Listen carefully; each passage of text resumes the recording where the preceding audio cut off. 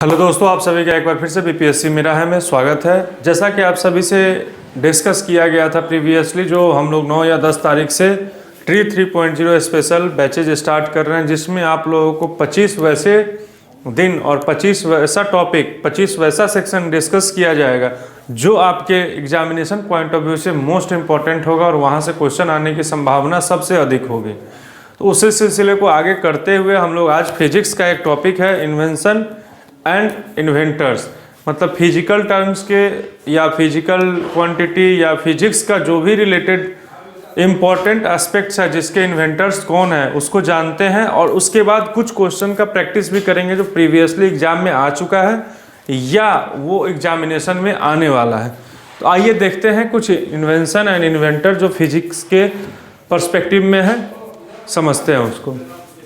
पहला है speed of light. Speed of light के इन्वेंटर है ओ रोमर। स्पीड ऑफ लाइट के इन्वेंटर है ओ रोमर। दूसरा है क्लाउड चेंबर। क्लाउड चेंबर के आविष्कारक कौन है? CTR Wilson.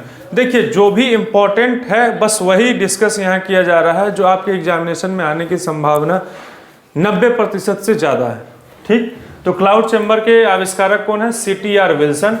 इलेक्ट्रॉनिक चार्ज, देखिए इलेक्ट्रॉनिक चार्ज और इलेक्ट्रिक चार्ज दोनों के अलग अलग इन्वेंटर हैं, तो ध्यान में रखना है। जो इलेक्ट्रॉनिक चार्ज के कौन है? RA मिलीकैन, और इलेक्ट्रिक चार्ज के है बेंजामिन फ्रैंकलिन। तो ये चीज़ कंफ्यूज नहीं होना है। कंफ्यूजिंग वर्ड्स वाले इन्वेंशन या इन्वेंटर या किसी भी टॉपिक पे अपना फोकस ज़्यादा होता है और एग्जामिनर का भी फोकस ज़्यादा होता है। स्टूडेंट उस चीज़ को स्किप करते हैं, एग्जामिनेशन में कंफ्यूज होके इलेक्ट्रिक चार्ज की जगह इलेक्ट्रॉनिक चार्ज के आविष्कारक लिख के चले आते हैं, और ये अक्सर होती है। तो इन चीज़ों का ध्यान रखना है। इलेक्ट्रॉनिक चार्ज RA मिलीकैन और इलेक्ट्रिक चार्ज बेंजामिन फ्रैंकलिन। ठीक, सेफ्टी लैम्प, इसके आविष्कारक कौन है? H. Davy. Law of pressure, pressure का आविष्कार किसके द्वारा किया गया था? B. पास्कल के द्वारा। हम लोग बचपन से भी पढ़ते आ रहे हैं। तो ये ऐसे भी कुछ हैं जो आप नहीं सुने होंगे, लेकिन कुछ ऐसे हैं जो आपको फिंगर टिप पे याद भी होंगे। अब आइए, मॉडर्न एक्सरे ट्यूब, कोलिज। ठीक, और एक्सरे का किसके द्वारा किया गया था? W.K. रोएंटजेन। तो याद रखिएगा, मॉडर्न एक्सरे ट्यूब कोलिज के द्वारा, और एक्सरे का जो आविष्कार किया गया था रोएंटजेन के द्वारा किया गया था। Radio activity, H. बैक्यूरेल। ठीक, रिलेटिविटी प्रिंसिपल, अल्बर्ट आइंस्टीन। देखिए, अल्बर्ट आइंस्टीन रिलेटिविटी का भी प्रिंसिपल दिए हैं और फोटोन के भी आविष्कारक वही हैं। देखिए, relativity principle Albert Einstein, photon Albert Einstein. देखिए, कंफ्यूजिंग और एक जो इन्वेंटर है उनका अलग लिखने का रीजन था क्योंकि आप लोग कंफ्यूज होते। ठीक, electromagnetic wave, Heinrich Hertz. Dynamite, Alfred Nobel. Laser ray, TH Maiman. ठीक, उसके बाद photon, Albert Einstein. Induction coil, HD Ruhmkorff. उसके बाद law of gravitation, law of cooling और लॉ ऑफ मोशन न्यूटन के द्वारा दिया गया था। इलेक्ट्रिक चार्ज पता चल गया बेंजामिन फ्रैंकलिन के द्वारा। Wave theory of light, Huygens के द्वारा। लोगारिथम जो है ब्रिग्स एंड जे नेपियर के द्वारा आविष्कार किया गया था। Static energy, electricity, Thales. देखिए, यहाँ electronic charge, electric charge, static electricity, Thales, इन चीज़ों का ध्यान रखिए। डायोड वाल्व का J.A. फ्लेमिंग्स और ट्रायोड वाल्व का LD फॉरेस्ट। देखिए, ये मोस्ट इंपॉर्टेंट हमारा इन्वेंशन इन्वेंटर फिजिकल टर्म में था, फिजिक्स के पॉइंट ऑफ व्यू से था। अब कुछ क्वेश्चन फिजिक्स का है जो कि डिस्कस करते हैं, जो प्रीवियसली एग्जाम्स में आ चुके हैं या आने वाले हैं। तो कुछ क्वेश्चन को आइए डिस्कस करते हैं, आप समझने का कोशिश कीजिए। तो आइए कुछ क्वेश्चंस देखते हैं फिजिक्स का, और भी क्वेश्चंस देखेंगे आने वाले समय में, लेकिन कुछ क्वेश्चन आज डिस्कस करते हैं ताकि आप लोगों को प्रैक्टिस का आदत लगे। तो जैसा कि आप लोगों को दिख रहा होगा, पहला क्वेश्चन हमारा है, physics involves the study of. Physics किस चीज़ का स्टडी करवाता है? तो पहला ऑप्शन है ह्यूमन्स, दूसरा है बर्ड्स एंड एनिमल, तीसरा है प्लांट्स, चौथा है नेचर एंड नेचुरल फेनोमेना। तो आप लोग इसका आंसर बताइए कमेंट बॉक्स में। इसका आंसर जो है D है, नेचर एंड नेचुरल फेनोमेना। हम लोग जो भी फिजिक्स में स्टडी करते हैं, नेचर और नेचुरल फेनोमेना के बारे में डिस्कस करते हैं, चाहे वेलोसिटी हो, विस्कोसिटी हो, डिस्प्लेसमेंट हो, डिस्टेंस हो, सारा चीज़ जो है हमारा नेचुरल फेनोमेना है। एक्सिलरेशन हो, ग्रेविटी हो, लॉ ऑफ मोशन हो, सारी चीज़ें जो हैं वो हमारा नेचर और नेचुरल फेनोमेना से रिलेटेड है। दूसरा क्वेश्चन जो है आपका, classical physics does not include the subject like. अब देखिए, क्लासिकल फिजिक्स के बारे में हम लोग अभी पढ़े नहीं हैं, लेकिन बस यहीं के ऑप्शन स्प्लिट करने के मेथड से इस क्वेश्चन का आंसर देखते हैं। क्लासिकल मतलब क्या होता है? जो कि आपका ट्रेडिशनल हो। तो ट्रेडिशनल फिजिक्स में क्या नहीं आता है?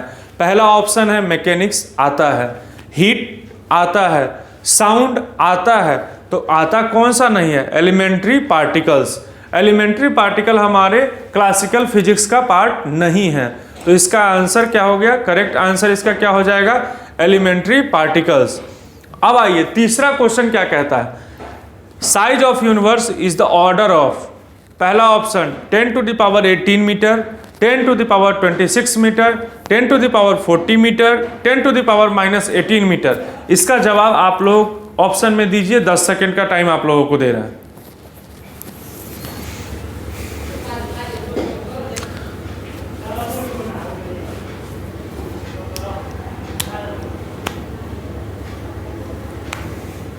इसका आंसर है 10 टू द पावर 26 मीटर।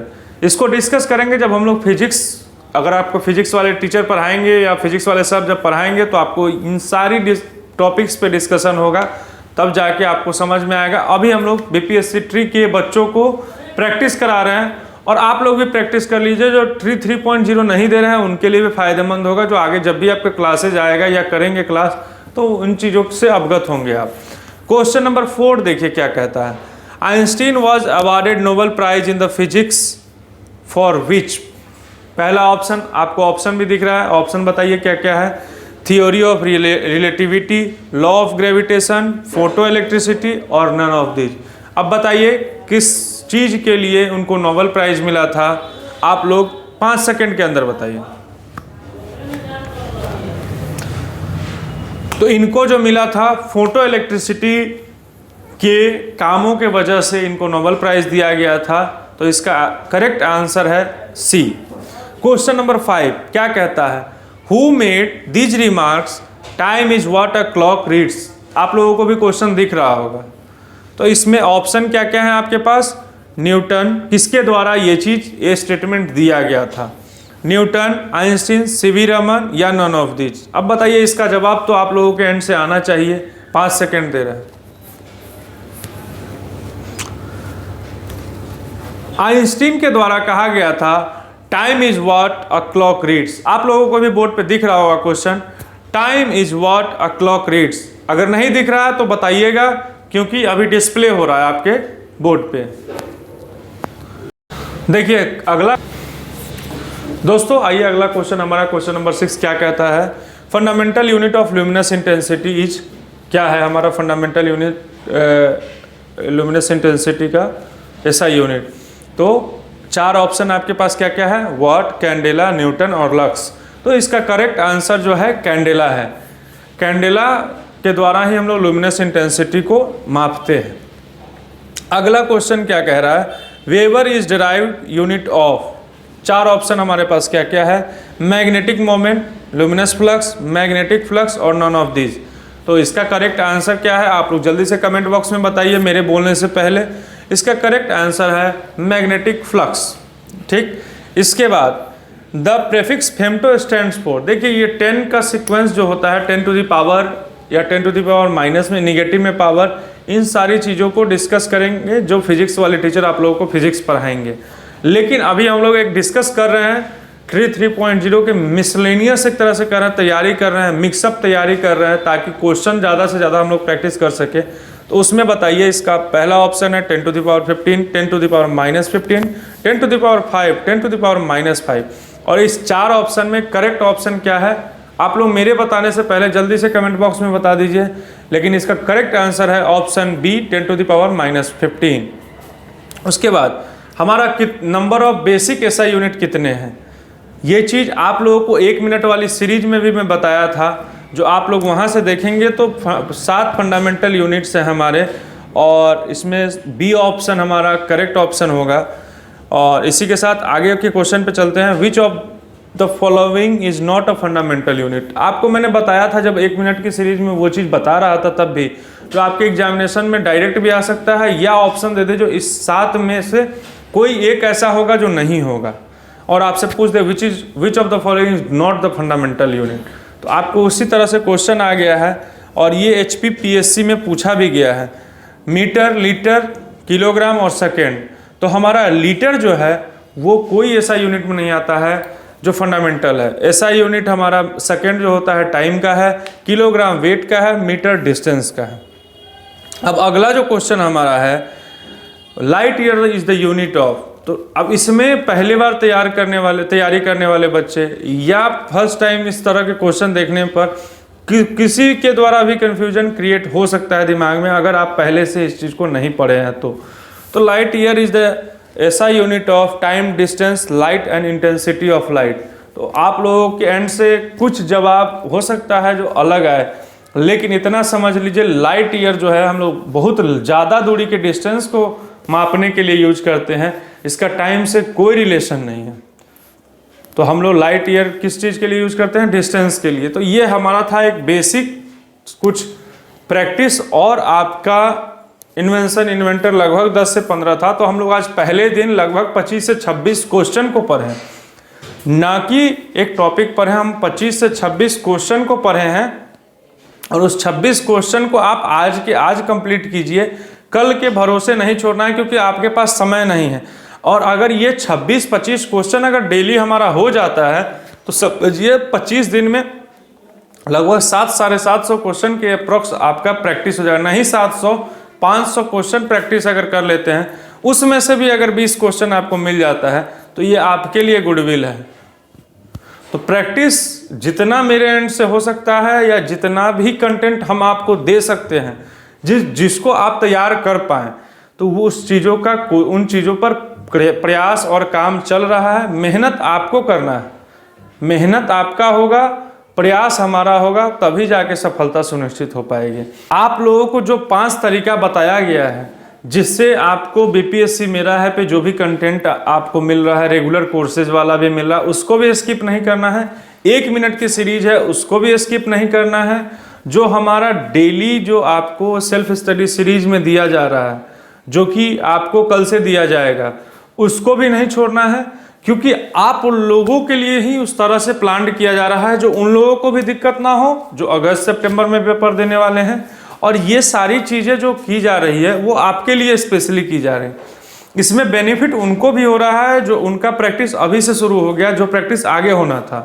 तो आप लोग इसको सीरियस लीजिए और उन 5 चीज़ों पे काम कीजिए।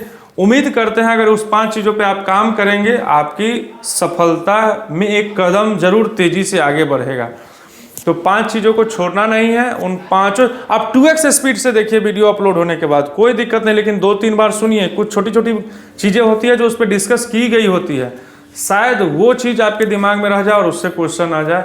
तो ये कहना मुश्किल है। अब एग्ज़ाम का पैटर्न बड़ा बदलता जा रहा है, बदलता सितम है, चुनावी माहौल है, इसमें आपको सफलता लेना है तो बड़ा थोड़ा कठिन परिश्रम करना पड़ेगा। तो मिलते हैं अगले वीडियो में, तब तक के लिए धन्यवाद। आपका दिन मंगलमय।